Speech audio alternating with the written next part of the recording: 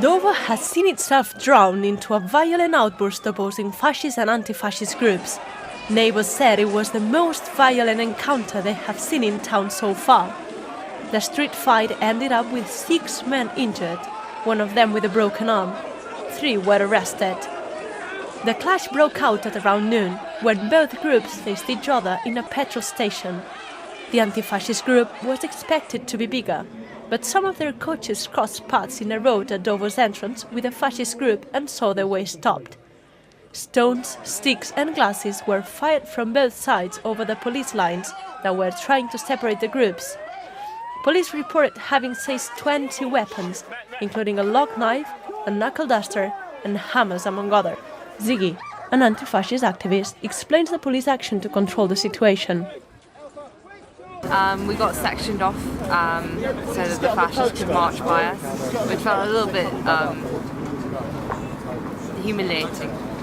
The National Front and neo-Nazis groups like the Northwest Infidels or the East Kent English Patriots organized a march in support of the truck drivers, as Dover is a stop right after the Eurotunnel and problems with illegal migrants have been previously reported. I'm on neither side, but at the end of the day my husband's a lorry driver and he has to run the gauntlet in Calais sometimes, and he used to serve his country in Northern Ireland. Back then he had a rifle. In Calais he's got nothing except his wits, and the British government or the French government will not do a thing about it. Louis Reynolds from Demos Political Research Group explains the continuity of the clash regardless of the migrant crisis as a response to the gap between politics and society.